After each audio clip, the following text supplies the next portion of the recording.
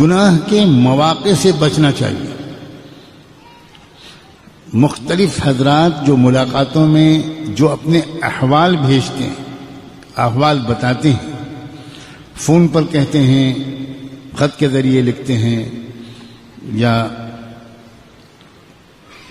دل میں چھپائے ہوئے ہوتے ہیں، کہہ نہیں پا رہے، کہنے کا موقع نہیں مل رہا ہے، ان سب کو چاہیے کہ وہ اس مجلس کی گفتگو کو اپنے حال کے سلسلے میں جواب کے طور پر سنیں. غور سے یہ بات سنیں کہ انسان جس گناہ میں پھنستا ہے، آسانی سے وہ اگر غور کرے تو سمجھ سکتا ہے کہ وہ کیا اسباب ہیں جن کی وجہ سے میں فلاں گناہ میں پھنس جاتا ہوں.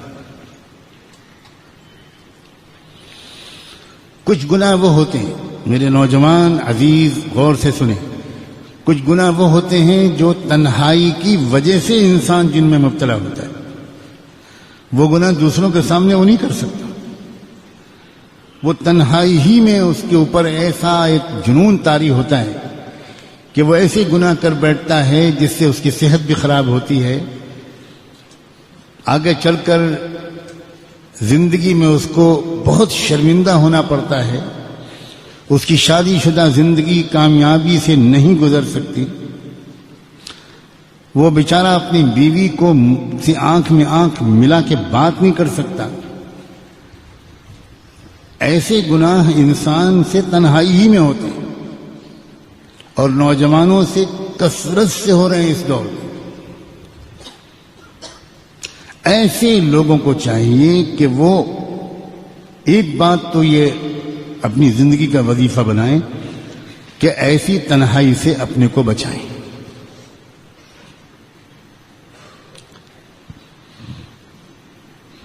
دوسرے، جس وقت ان کے دل میں اس طرح کی کسی بھی گناہ کا خیال آئے، ہمیشہ یاد رکھیں گناہ کا عمل بعد میں ہوتا ہے، گناہ کا خیال پہلے آتا ہے.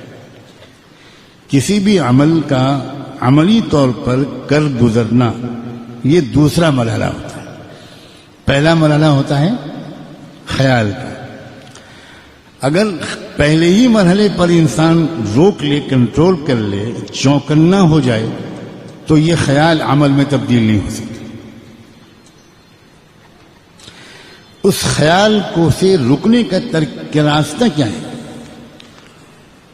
فوری طور پر اپنے ارادے کی طاقت کو استعمال کر کے دوسرا خیال دماغ میں لایا جائے، یعنی اس خیال کو بدلا جائے. آدمی اٹھ کے بھاگ جائے، ایک دم آدمی اٹھ کے کھڑا ہو جائے، آدمی ایک دم قرآن مجید ہاتھ میں لے لے، الماری سے کتاب ہاتھ میں لے لے، تسبیح ہاتھ میں لے لے جو سامنے ٹنگی ہے، وہ اللہ تعالیٰ کو یاد کرنے لگے، درود شریف پڑھنے لگے، استغفار پڑھنے لگے.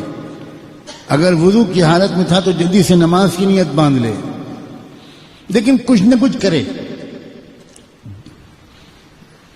اسی خیال میں انسان ڈوبا رہے، اسی خیال میں لگا رہے، دیر تک اسی خیال کے بارے میں سوچتا رہے اور پھر یہ تمنا کرے کہ وہ عمل مجھ سے سرزد نہ ہو. یہ انسان کی فطرت کے خلاف ہے.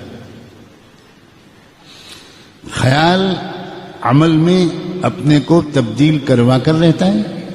اگر آپ نے اس کو تھوڑی مہلت دے دی تو وہ پھر عمل میں تبدیل کروا کر رہتا ہے. وہ خیال کو بدلنا چاہیے، کسی بھی ترکیب سے خیال کو بدلنا چاہیے. حضرت یوسف علیہ السلام کو بھی خیال آیا تھا، ایسا نہیں ہے کہ ان کو خیال نہیں آیا تھا، اور انسان ایسا ہو ہی نہیں سکتا کہ اس کو خیال نہ آئے. لیکن یوسف علیہ السلام نے فوری طور پر فوراً اپنے خیال کو منتقل کیا اللہ کی پکڑ کی طرف، اللہ کی قدرت اور رحمت کی طرف، اور معاذ اللہ کہتے ہوئے بھاگے. یعنی انسان اپنی حالت کو بدلے، اپنی حیت کو بدلے. لیٹا ہوا ہے تو بیٹھ جائیں، بیٹھا ہوا ہے کھڑا ہو جائیں. بھاگے، نکلے باہر، اپنی جگہ بدلے، پوزیشن بدلے، مقام بدلے. ظاہری حیت بدلنے سے خیال کے بدلنے میں مدد ملتی ہے.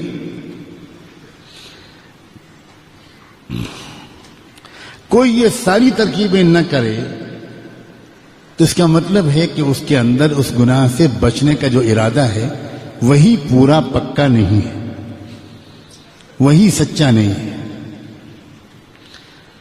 ابھی وہ اس گناہ کی نحوست کو سمجھ نہیں پایا، ابھی وہ اس گناہ کے نقصانات کو سمجھ نہیں پایا. عزیز نوجوانوں کو پوری دنیا میں اللہ یہ سمجھنے کی توفیق دے کہ زندگی کا سب سے قیمتی حصہ ہے جوانی.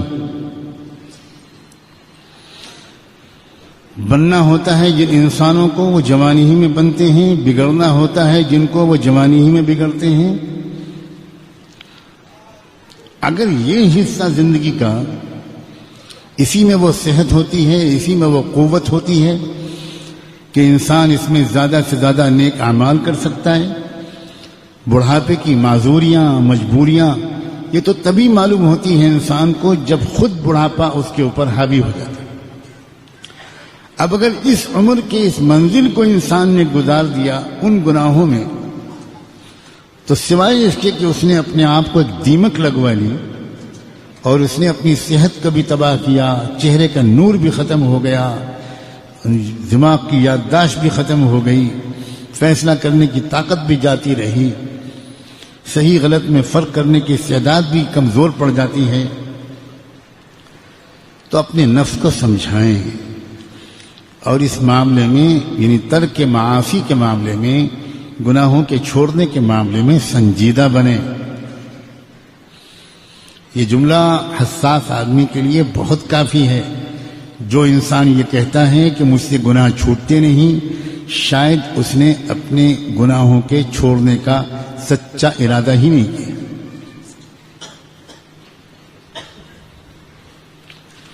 ورنہ ایک بار گناہ چھوڑنے کی عادت اگر پڑ جائے گی تو یقین کرو گناہ کرنا زیادہ مشکل ہو جائے گا، گناہ چھوڑنا لذیذ ہوگا.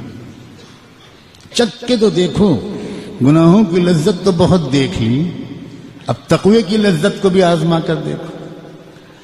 اب گناہوں سے پاک صاف زندگی کا جو سرور اور مزہ ہے اس کو بھی چکھ کر دیکھو، اس کے ذائقے کو بھی چکھ کر دیکھو.